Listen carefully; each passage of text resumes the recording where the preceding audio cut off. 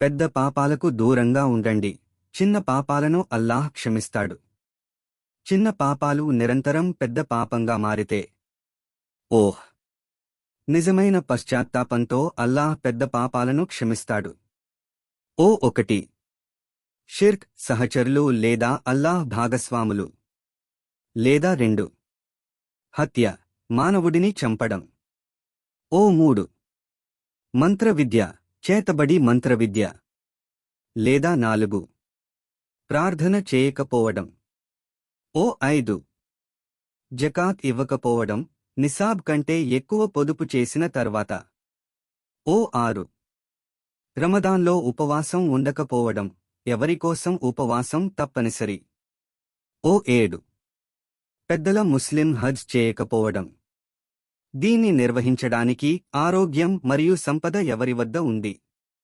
లేదా 8 తల్లిదండ్రులను అవిధేయత చూపడం మరియు అగౌరవపరచడం. 9 బంధువులను వదిలివేయడం, బంధుత్వ సంబంధాలను తెంచుకోవడం. 10 వ్యభిచారం లేదా వ్యభిచారం. లేదా 11 లైంగిక సంబంధం. 12 వడ్డీ తీసుకోవడం లేదా ఇవ్వడం లేదా వడ్డీ.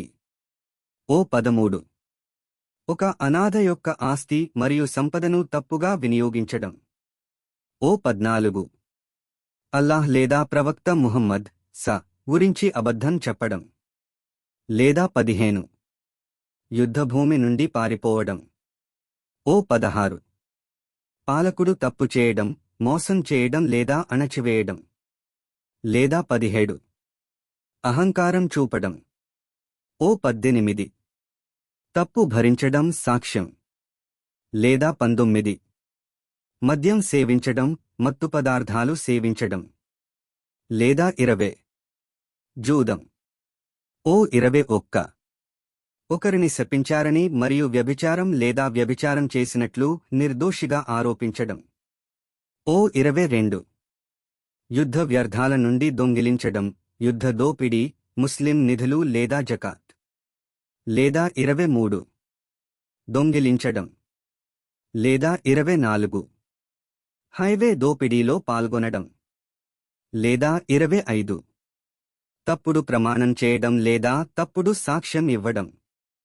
లేదా 26 అణచివేతకు పాల్పడటం.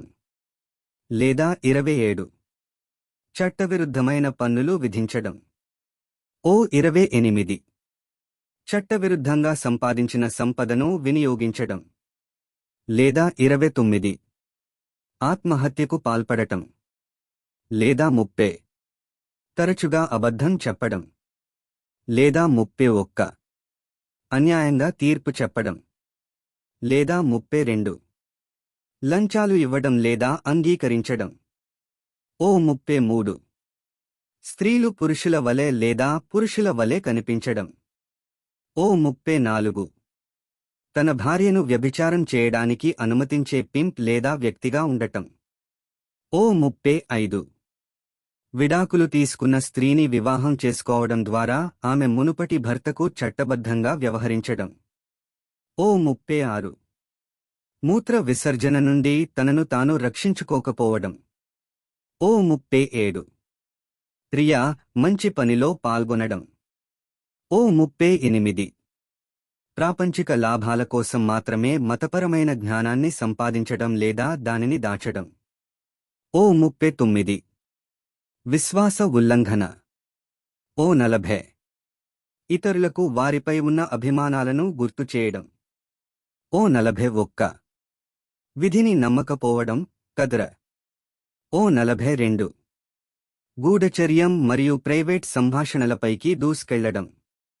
లేదా 43 హానికరమైన కథలను వ్యాప్తి చేయడం. లేదా 44 శపించడం.